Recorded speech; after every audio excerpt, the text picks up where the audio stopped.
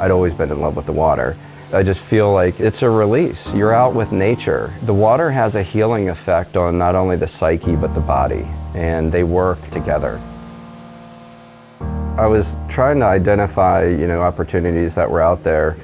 Was finishing up my MBA. My family was on vacation. I was there physically, but not mentally because I was studying. And the experience at the marina was so bad that I missed my window. So by the time that I got to my family, I actually looked at my wife and said, I know what I'm going to do next, and it's going to be called Oasis Marinas.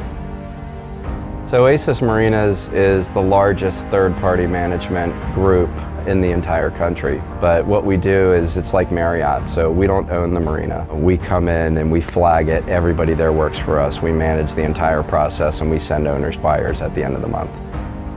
So a little bit about my background is I was in the Army for 8 years, and when I was getting out, I joined a company called Town Park. I was employee 18 there, and next thing you know, we'd grown the business to over 16,000 team members and over 1,000 locations. When I was looking at from a boating standpoint, I really saw it as a, pardon the pun, a blue ocean strategy of taking what I had been able to do in the hotel space and convert it over to the marina space. So a lot of the things that we're doing here are things that I did previously. And many of the people that are a part of my leadership team here are folks that were a part of my previous life. As we look to grow and scale, we have ninjas on our team that have done over 1,000 invoices a month, that have processed hundreds of millions of dollars in transactions. When we do acquire under monument, we will bring in Oasis to manage it, to improve the operations, to drive a better NOI, but also we will bring our expertise around and capital to build out these marinas and drive sort of incremental revenue streams.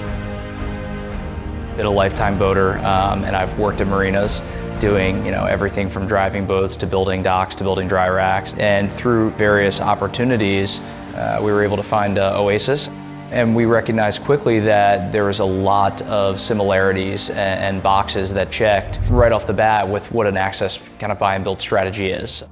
Dan has a really incredible authenticity about him. He can definitely sell the vision, which is really incredible because it's getting people excited, it's getting people enthusiastic on all levels, and it's down to the dock hands. It's at a regional manager level all the way up to the executive team.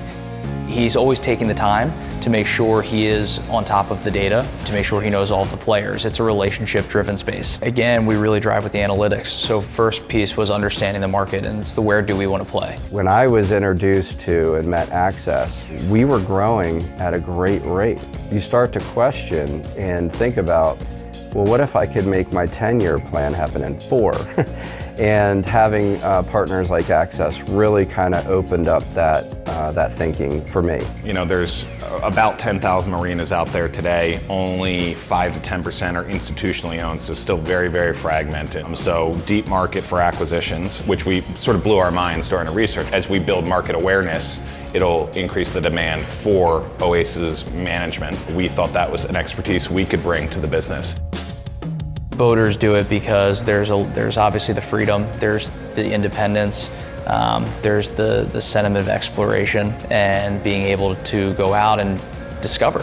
And there's something really powerful about that. And when we look at it, I think the way Access is approaching it is with the authenticity that's there. Because people have been going to these marinas for years and years. We have some that we're looking at where it's generation after generation where these slips are passed down.